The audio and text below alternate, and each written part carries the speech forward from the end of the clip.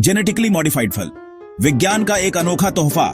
Hello दोस्तों, आज मैं आपका दोस्त आयुष्मान एक बहुत ही दिलचस्प टॉपिक पर बात करने आया हूं। आपने बाजार में एकदम परफेक्ट दिखने वाले फल तो देखे ही होंगे, चमकदार सेब, बिना दाग वाला पपीता, ऐसे केले जो हफ्तों तक खराब नहीं होते। कभी सोचा है ये कैसे होता है? क्या ये सिर्फ कुदरत का कमाल है या इसके पीछे विज्ञान का भी कोई हाथ है?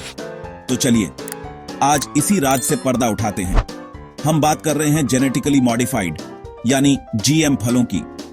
अरे घबराइए नहीं, ये नाम सुनने में जितना भारी भरकम लगता है असल में उतना मुश्किल नहीं है।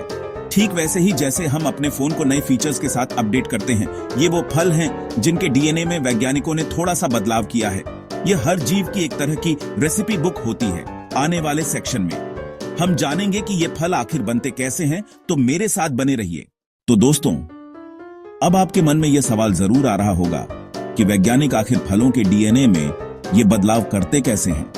क्या वो कोई सुई लगाते हैं या कोई जादू की छड़ी घुमाते हैं? कल्पना कीजिए कि आप एक बहुत स्वादिष्ट केक बना रहे हैं, लेकिन आपकी रेसिपी में चीनी थोड़ी कम है। जाहिर है आप उसमें थोड़ी और चीनी मिलाएंगे ताकि वो और मीठा और स्वादिष्ट बन जाए। जेनेटिक इंजीनियरिंग भी कुछ कुछ ऐसा ही है। वैज्ञानिक पहले उस गुण की पहचान करते हैं जिसे वो किसी फल में डालना चाहते हैं। जैसे किसी दूसरे पौधे में ठंड सहने की क्षमता है और हम चाहते हैं कि हमारे स्ट्रॉबेरी भी ठंड में खराब ना हो। वैज्ञानिक उस ठंड प्रतिरोधी पौधे के डीएनए से उस खास जीन को पहचान कर निकाल लेते हैं। ये जीन एक तरह का सुपर पावर है। फिर बहुत ही आधुनिक और सटीक तकनीक का इस्तेमाल करके इस सुपर पावर वाले जीन को स्ट्रॉबेरी के पौधे की कोशिकाओं में डाल दिया जाता है। इसे आप एक तरह का कॉपी पेस्ट समझ सकते हैं, जैसे हम कंप्यूटर में करते हैं। जब यह नया जीन पौधे के डीएनए का हिस्सा बन जाता है तो पौधा उस नए गुण के साथ बड़ा होने लगता है। इस तरह हमें एक ऐसी स्ट्रॉबेरी मिलती है जो ठंड में भी मजे से उग सकती है। जब एक बार एक सफल जीएम पौधा तैयार हो जाता है तो उसके बीजों से उगने वाले सभी पौधों में वो नया गुण अपने आप आ जाता है। इसका मतलब है कि किसानों को बार बार यह प्रक्रिया दोहराने की जरूरत नहीं पड़ती। विज्ञान ने बस इस प्रक्रिया को थोड़ा तेज और ज्यादा सटीक बना दिया है, जिससे हम मनचाहे गुण किसी भी फल में जोड़ सकते हैं। सबसे पहला और सबसे मशहूर उदाहरण है पपीता। हवाई में एक समय था जब रिंग स्पॉट नाम का वायरस पपीते की पूरी फसल को लगभग खत्म कर दिया था। किसानों की मेहनत पर पानी फिर रहा था। तब वैज्ञानिकों ने एंट्री मारी। उन्होंने जेनेटिक इंजीनियरिंग का इस्तेमाल किया और एक ऐसा पपीता बनाया जो वायरस से लड़ सकता था। आज हवाई का लगभग सारा पपीता वही रेनबो पपाया है। इसने इस उद्योग को बचाया।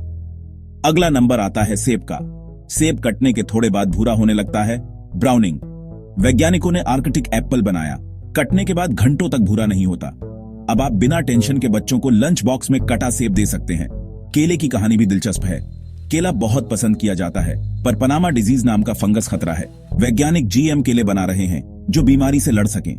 साथ ही कुछ केले विटामिन ए से समृद्ध किए जा रहे हैं। और टमाटर, फ्लेवर सेवर टमाटर पहले के जीएम फूड्स में से था। इसे ज्यादा दिनों तक ताजा और स्वाद बनाए रखने के लिए बनाया गया था।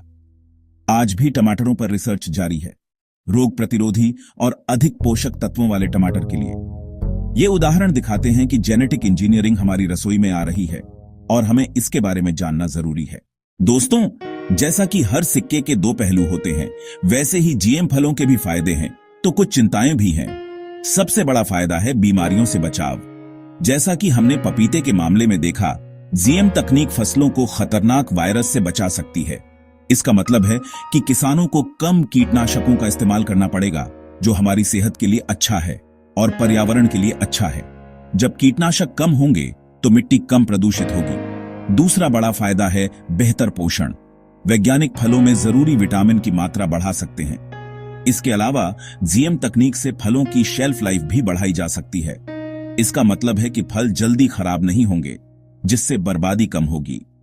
लेकिन अब बात करते हैं उन चिंताओं की जो लोगों के मन में आती है। सबसे बड़ी चिंता है सेहत पर असर। कुछ लोगों को डर लगता है कि क्या इन फलों को खाना लंबे समय में सुरक्षित है? क्या इनके डीएनए में किए गए बदलाव से हमारे शरीर में कोई एलर्जी तो नहीं हो जाएगी? हालांकि दुनिया भर की स्वास्थ्य संस्थाएं, जैसे कि विश्व स्वास्थ्य संगठन, कहती हैं कि बाजार में उपलब्ध जीएम फूड्स पूरी तरह से सुरक्षित हैं। दूसरी चिंता पर्यावरण से जुड़ी है। कुछ पर्यावरणविदों को डर है कि जीएम पौधे कहीं जंगली पौधों के साथ मिलकर कोई नया सुपरवीड न बन जाए जिसे कंट्रोल करना मुश्किल हो, या फिर जीएम फसलें किसी खास कीड़े को तो खत्म कर देंगी लेकिन शायद तितलियों को भी नुकसान पहुंच सकती है। ये चिंताएं पूरी तरह से निराधार नहीं हैं और इसीलिए वैज्ञानिक और सरकारें इन पर कड़ी नजर रखती है। किसी भी जीएम फसल को मंजूरी देने से पहले उसके पर्यावरण पर होने वाले असर का भी गहन अध्ययन किया जाता है। इन सभी बातों को जानना जरूरी है ताकि हम एक सही फैसला ले सकें। हमें खुली सोच रखनी चाहिए। हर तकनीक के अपने फायदे और जोखिम होते हैं। तो दोस्तों, इतनी सारी बातें जानने के बाद अब हम सबसे बड़े सवाल पर आते हैं, क्या हमें जेनेटिकली मॉडिफाइड फल खाना चाहिए? देखिए, इसका कोई सीधा हां या ना में जवाब नहीं है। ये एक व्यक्तिगत पसंद है जो सही जानकारी पर आधारित होना चाहिए। एक तरफ जीएम तकनीक के फायदे हैं, यह किसानों की मदद करती है, फसलों को बीमारियों से बचाती है, यह बढ़ती आबादी का पेट भरने और कुपोषण से लड़ने में मदद कर सकती है।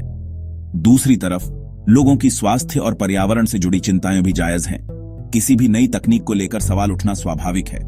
हमें यह जानने का पूरा हक है कि जो हम खा रहे हैं वो सुरक्षित है या नहीं।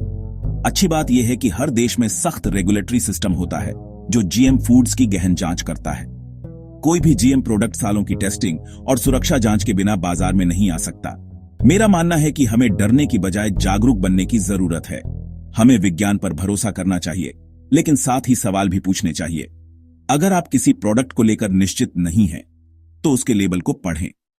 कई देशों में जीएम प्रोडक्ट्स पर लेबल अनिवार्य होता है। आप ऑर्गेनिक फल भी चुन सकते हैं, आप पारंपरिक फल भी चुन सकते हैं। जरूरी यह है कि आपका फैसला डर पर नहीं बल्कि जानकारी पर आधारित हो। हमें खुली सोच रखनी चाहिए। हर तकनीक के अपने फायदे और जोखिम होते हैं। अंत में जेनेटिकली मॉडिफाइड फल विज्ञान का एक करिश्मा हो सकते हैं, लेकिन इन्हें जिम्मेदारी के साथ अपनाना होगा। अगली बार जब आप बाजार जाएं, इन फलों को एक नई नजर से देखिएगा।